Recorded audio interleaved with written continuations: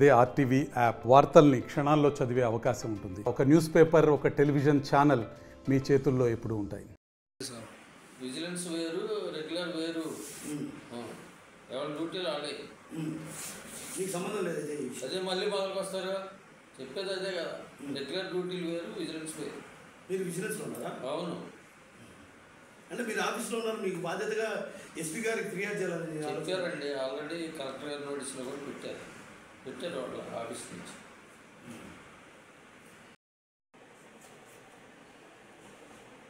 చెప్పండి. ఇప్పుడు ఇంత పెద్ద గొడవ జరుగుతుంది, పోలీసు వాళ్ళు కూడా పిలిపించుకున్నారు మా వాళ్ళు. ఎప్పుడు సార్? ఎప్పుడంటే ఇక నన్ను అడిగితే నేనేం చెప్పను. మా వాళ్ళు ఉన్నారు, ఆర్ఐ గారు అక్కడ అడగండి. ఆర్ఐ గారు ఉన్నారు సార్.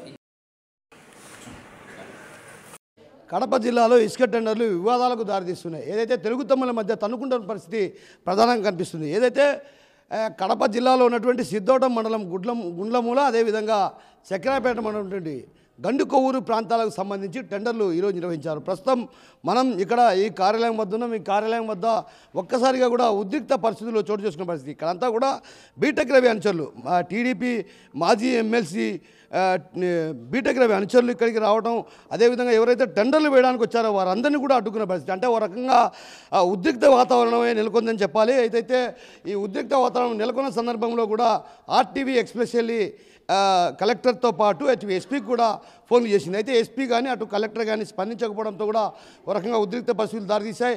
ఒక మీడియా ఏదైతే ఆర్టీవీ కూడా ఎక్స్క్లూజివ్గా ఇక్కడ చిత్రీకరించడానికి వచ్చింది, ఆ చిత్రీకరించిన నేపథ్యంలో కూడా ఆయన్ను ఏదైతే ఇక్కడ ఉన్నటువంటి సమాచార శాఖ ఏడీ కార్యాలయంలో నిర్బంధించేటువంటి పరిస్థితి ఉందంటే మీడియాను కూడా నియంత్రించే పరిస్థితి ఏ స్థాయిలో జరుగుతుందో అర్థం చేసుకోవచ్చు. గతంలో ఏదైతే వైసీపీ హయాంలో ఇదే విధంగా మీడియాను నియంత్రించి మీడియాపై దాడులు జరుగుతున్నటువంటి సందర్భంలో ఎన్నో సందర్భాల్లో ఇదే బీటెక్ రవి ఏదైతే విమర్శించిన సందర్భాలు ఉన్నాయి.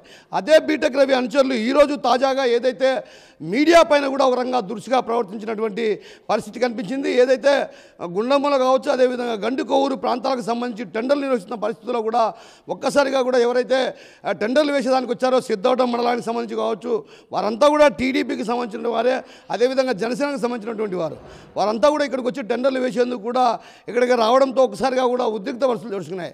అయితే ఏదైతే ఎస్పీకి జిల్లా కలెక్టర్కు ఫోన్ చేసినా స్పందించకపోవడంతో డిఎస్పీ వెంకటేశ్వర్లు స్పందించి ఇక్కడ పోలీస్ బందోబస్తు ఏర్పాటు చేయడంతో, అంటే చివరి నిమిషంలో ఏదైతే 4 గంటల ప్రాంతంలో ఇక్కడ ఉద్రిక్త పరిస్థితులు చోటు చేసుకున్నాయి. ఓ రకంగా టెండర్లు ఎవరు వేయలేని పరిస్థితి ఉందన్నటువంటి భావన, అదేవిధంగా ఇక్కడ ఉన్నటువంటి ప్రాంతవాసులు కావచ్చు, అదేవిధంగా ఇక్కడ ఉన్నటువంటి అధికారులు కూడా సమాచారం అందించడంతో ఒక్కసారిగా కూడా డిఎస్పీ వెంకటేశ్వర్లు ఇక్కడికి 1 టౌన్ సిఐ రామకృష్ణాన్ని పంపించడం జరిగింది. ఆయన వచ్చిన తర్వాత సాదాసీదాగా టెండర్లు వేసుకున్న పరిస్థితి.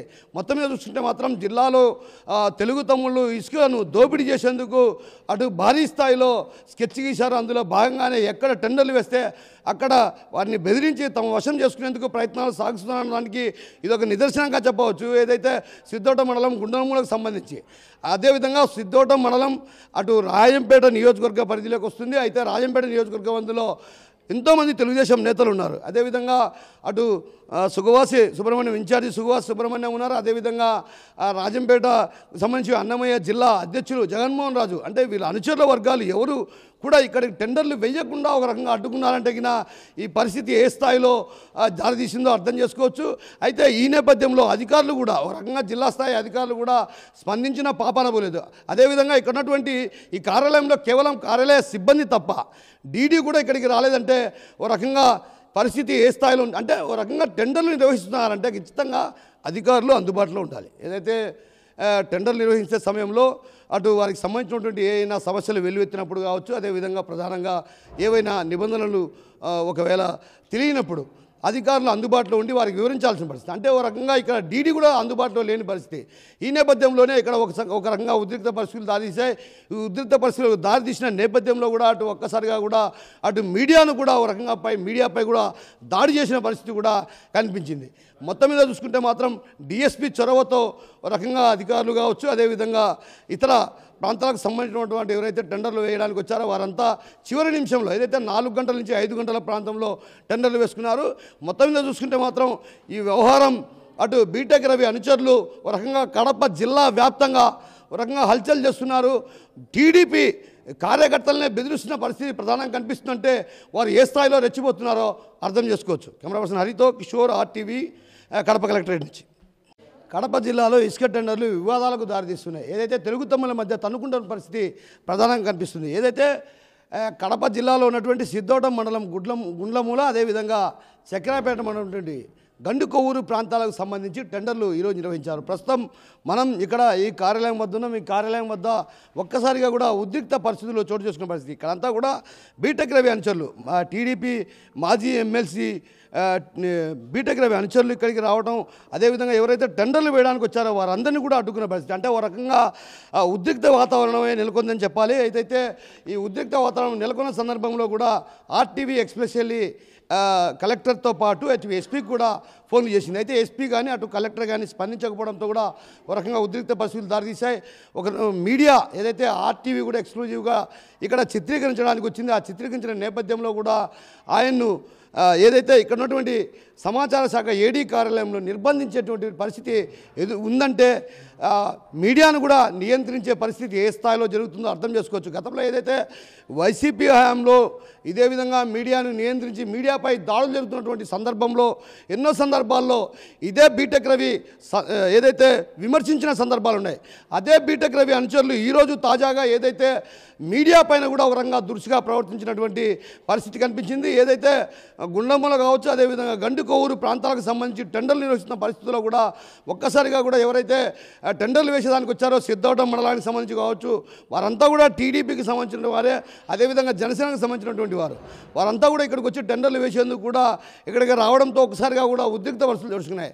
అయితే ఏదైతే ఎస్పీకి జిల్లా కలెక్టర్కు ఫోన్ చేసినా స్పందించకపోవడంతో DSP వెంకటేశ్వర్లు స్పందించి ఇక్కడ పోలీస్ బందోబస్తు ఏర్పాటు చేయడంతో అంటే చివరి నిమిషంలో ఏదైతే 4 గంటల ప్రాంతంలో ఇక్కడ ఉద్రిక్త పరిస్థితులు చోటు చేసుకున్నాయి.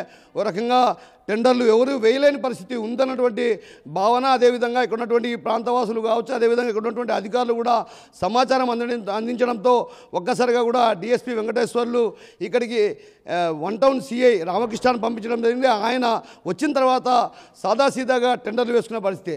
మొత్తం మీద చూస్తుంటే మాత్రం జిల్లాలో తెలుగు తమ్ముళ్ళు ఇసుకను దోపిడీ చేసేందుకు అటు భారీ స్థాయిలో స్కెచ్ గీశారు. అందులో భాగంగానే ఎక్కడ టెండర్లు వేస్తే అక్కడ వారిని బెదిరించి తమ వశం చేసుకునేందుకు ప్రయత్నాలు సాగిస్తున్నానికి ఇదొక నిదర్శనంగా చెప్పవచ్చు. ఏదైతే సిద్ధోటం మండలం గుండ్లమూలకు సంబంధించి, అదేవిధంగా సిద్ధోటం మండలం అటు రాజంపేట నియోజకవర్గ పరిధిలోకి వస్తుంది. అయితే రాజంపేట నియోజకవర్గంలో ఎంతోమంది తెలుగుదేశం నేతలు ఉన్నారు. అదేవిధంగా అటు సుబ్రహ్మణ్యం ఇన్ఛార్జి సుగవాసి సుబ్రహ్మణ్యం ఉన్నారు. అదేవిధంగా రాజంపేట సంబంధించి అన్నమయ్య జిల్లా అధ్యక్షులు జగన్మోహన్ రాజు, అంటే వీళ్ళ అనుచరుల వర్గాలు ఎవరు కూడా ఇక్కడికి టెండర్లు వేయకుండా ఒక రకంగా అడ్డుకున్నారంటే ఈ పరిస్థితి ఏ స్థాయిలో దారితీసిందో అర్థం చేసుకోవచ్చు. అయితే ఈ నేపథ్యంలో అధికారులు కూడా ఒక రకంగా జిల్లా స్థాయి అధికారులు కూడా స్పందించిన పాపాన పోలేదు.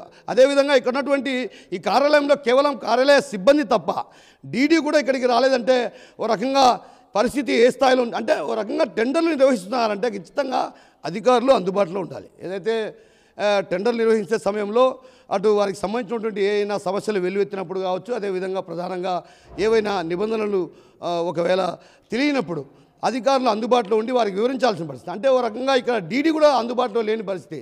ఈ నేపథ్యంలోనే ఇక్కడ ఒక రకంగా ఉద్రిక్త పరిస్థితులు దారితీశాయి. ఈ ఉద్రిక్త పరిస్థితులు దారితీసిన నేపథ్యంలో కూడా అటు ఒక్కసారిగా కూడా అటు మీడియాను కూడా ఒక రకంగా మీడియాపై కూడా దాడి చేసిన పరిస్థితి కూడా కనిపించింది. మొత్తం మీద చూసుకుంటే మాత్రం DSP చొరవతో ఒక రకంగా అధికారులు కావచ్చు, అదేవిధంగా ఇతర ప్రాంతాలకు సంబంధించినటువంటి ఎవరైతే టెండర్లు వేయడానికి వచ్చారో వారంతా చివరి నిమిషంలో ఏదైతే 4 గంటల నుంచి 5 గంటల ప్రాంతంలో టెండర్లు వేసుకున్నారు. మొత్తం మీద చూసుకుంటే మాత్రం ఈ వ్యవహారం అటు బీటెక్ రవి అనుచరులు ఒక రకంగా కడప జిల్లా వ్యాప్తంగా ఒక రకంగా హల్చల్ చేస్తున్నారు. టీడీపీ కార్యకర్తలనే బెదిరిస్తున్న పరిస్థితి ప్రధానంగా కనిపిస్తుంది. మరిన్ని వీడియోస్ కోసం ఛానల్ ని సబ్స్క్రైబ్ చేయండి. లేటెస్ట్ అప్డేట్స్ కోసం వాట్సాప్ ఛానల్ ని ఫాలో చేయండి. అండ్ లింక్ డిస్క్రిప్షన్ లో ఉంది.